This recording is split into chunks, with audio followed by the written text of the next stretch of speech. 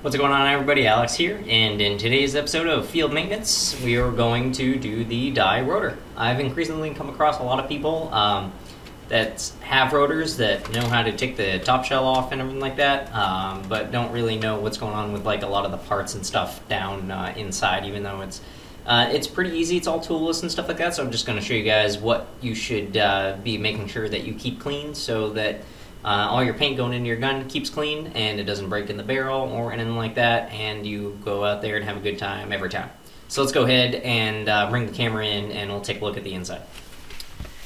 Alright, so to start off, we're going to go ahead and take the top shell off, the latch right here at the back. We're going to go ahead and pull that up into the position, and then we can go ahead and hit this button and take the top off. So just like that, and then you're presented with the tray and all the internals. So the tray, we can go ahead and push forward on this, and that tray can go ahead and get popped out. Definitely make sure you want to wipe down this whole area of the tray. That's where a lot of your paint's going to sit, and you don't want a bunch of stuff to get on your paint. So make sure you wipe down all this top surface area. And then we can go ahead and pull these two red locking tabs back, and we can go ahead and just dump out the whole unit right there. So as you can see, mine is a little bit dirty from the last time I played. So we've got the gears and all the pieces right here. So what we're gonna do is just grab a cloth, and all your paint's gonna be sitting right here, and it's gonna be being cycled across this surface in this drive cone. So we're gonna wanna make sure that this is all nice and clean. Definitely get down inside on the lip right there, because your paint's gonna touch all of this. The underside, not so much of a big deal, but you know, it never hurts to get that nice and clean. Definitely just inside this cup.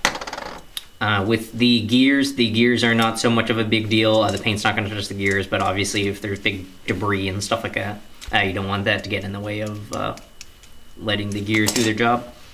As far as this goes, this top piece, the paint's really gonna come in contact with almost every surface of this. So you want to make sure you get this a good wipe down right inside these fins right here on both sides, and then underneath, and then on top. So go ahead and wipe those down. Definitely make sure you get both sides of those little fins. The paint's really going to touch everything that this actually has.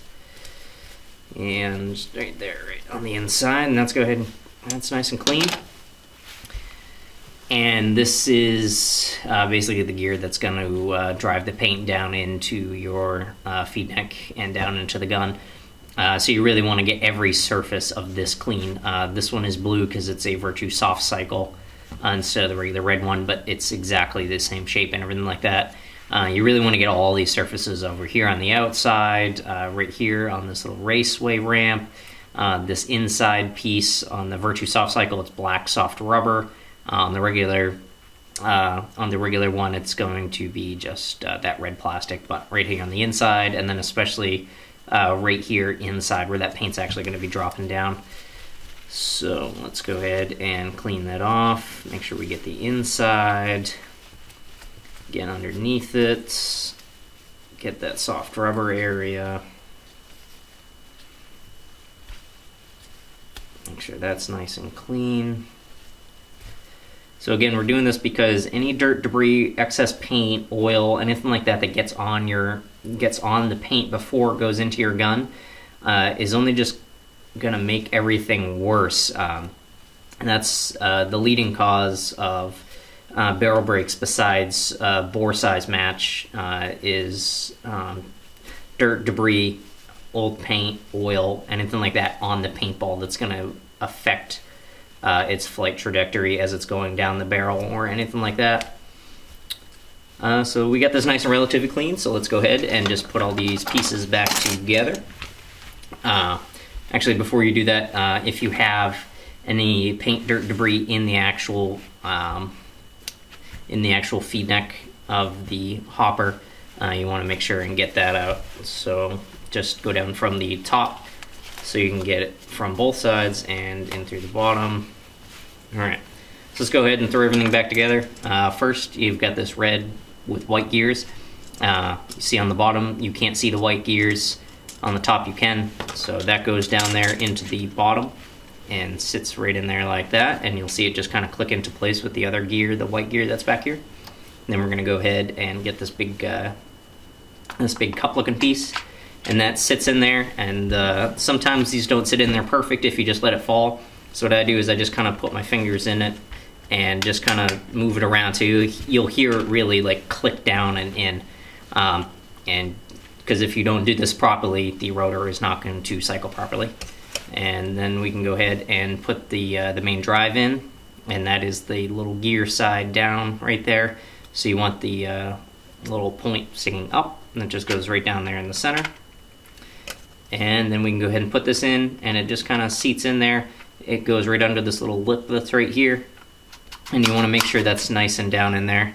So when you go and pull these two locking tabs back in, they flow nice and smooth right over there. And a good check is if you go ahead and pull the shark fin, which is your anti-jam, everything will cycle nice and fine, and then you can go ahead and turn it on, and it's all good. So there you have it. That's what you're going to do to keep your rotor nice and clean and functioning properly. At this point, I'm just going to throw the tray back in there and put the top lid back on. And there you have it. Die rotor's nice and clean. Thanks for watching, guys. If you like the video, if you appreciate it, I really appreciate that you hit that like button. It really helps out the channel. Other than that, I will see you guys next time.